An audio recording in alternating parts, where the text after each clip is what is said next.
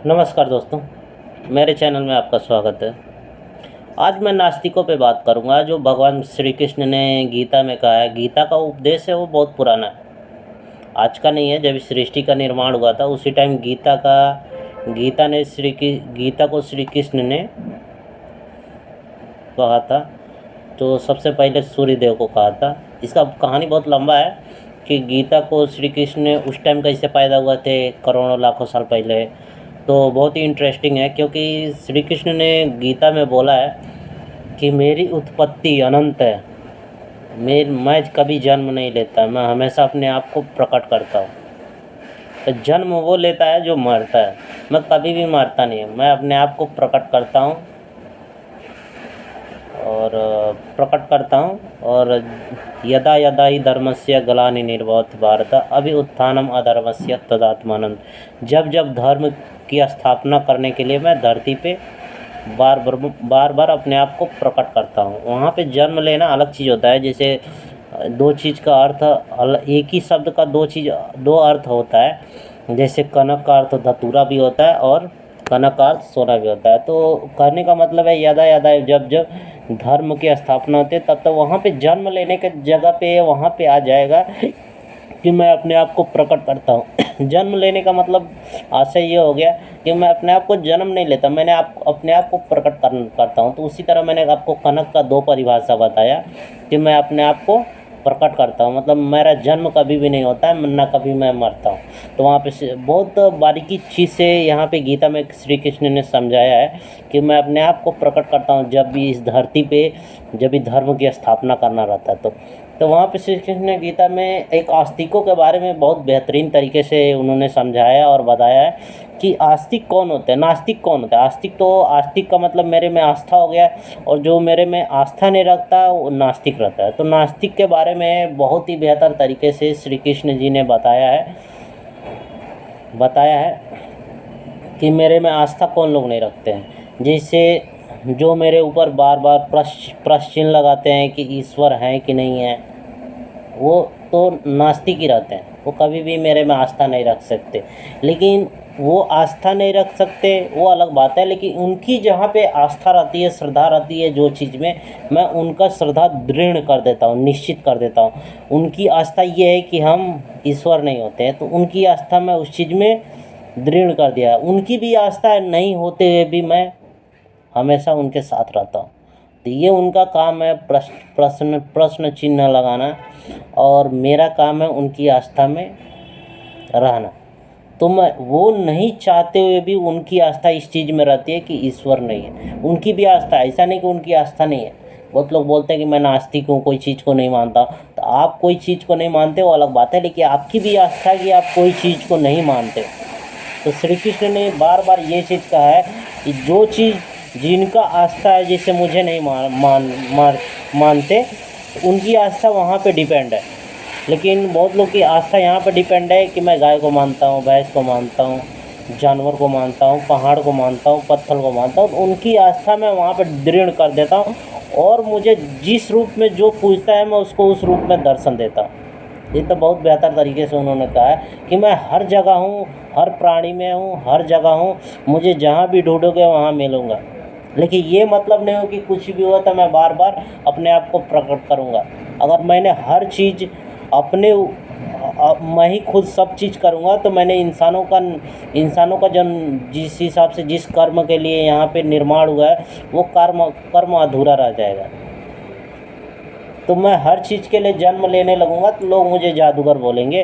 तो उन्होंने ये बहुत बेहतर तरीके से बोला है, मैं अपने आप को प्रकट करता हूँ जब धर्म पूरी तरह से नष्ट होना शुरू हो जाता है, तो मैं अपने आप को जन्म प्रकट करता हूँ और इस धरती पे धर्म की स्थापना करता हूँ। अब छोटे छोटे लोग बोलते हैं कहीं रेप हो गया, कहीं मर्डर हो गया, तो ईश्वर आप, प्रभु आप जन्म लो।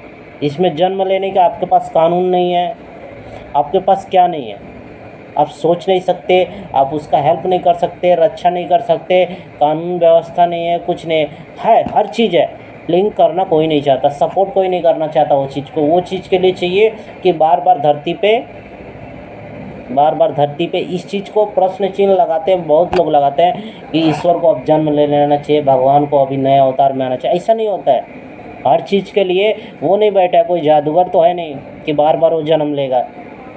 बोलता है जब जब धरती पे संकट आता है, पूरी तरह से सभ्यता नष्ट होने के कगार पे आती है, चाहे बहुत ही अत्याचार बढ़ जाता है, ना के बराबर कोई हेल्प करने वाला नहीं रहता, तब मैं जन्म लेता हूँ। उन्होंने बहुत ही साफ शब्दों में स्पष्ट किया है कि मैं तभी जन्म लेता हूँ, मैं बार बार जन्म नहीं लेता हूँ। तो ये चीज़ गीता में जो कहा है इनके बारे में, ये नास्तिकों के बारे में, कि वो लोग उनकी श्रद्धा जहाँ पे होती है मैं उनकी श्रद्धा वहाँ पे दृढ़ कर देता हूँ। उनकी श्रद्धा ये चीज़ें नहीं चाहते हुए भी उनकी श्रद्धा यहाँ पे निश्चित हो जाती कि हाँ वो मुझे नहीं मानते। उनकी श्रद्धा कहाँ है कि मैं ईश्वर को नहीं मानता, क्योंकि ईश्वर जन्म नहीं ले रहा है, बोल के गया जन्म नहीं लेता है। तो इतना तो है, तबाही हाय मचा तो तौबा तो है नहीं कि आप जी नहीं रहे हो, खा नहीं रहे हो, आप अच्छे से रह नहीं रहे हो। वो तो जो कानून व्यवस्था है वो तो चल ही रहा है, हो सकता है आगे पीछे होता है। तो इसका मतलब ये नहीं होगा कि आपको ईश्वर बचाने के लिए आएगा। ये यहाँ पे बहुत लोग क्वेश्चन कर देते हैं ये चीज़ को लेके, ईश्वर है ही नहीं है, भगवान है ही नहीं है, उनकी श्रद्धा यहाँ पे टूट जाती है।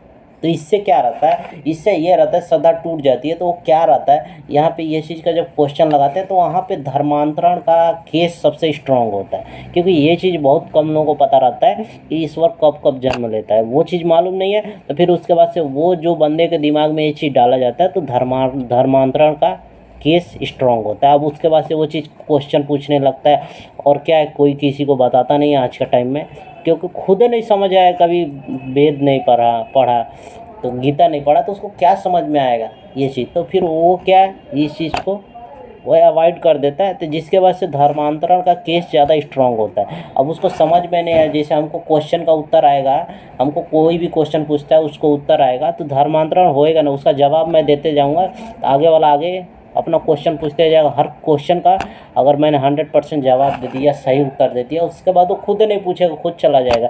लेकिन यहाँ पे जब लोग बताते नहीं हैं, समझाते नहीं हैं, और फिर उसके बाद से वहाँ पे क्या रहता है, उसके बाद वो समझाने लगता है, बताने लगता है कि तुम्हारा धर्म नीचा है।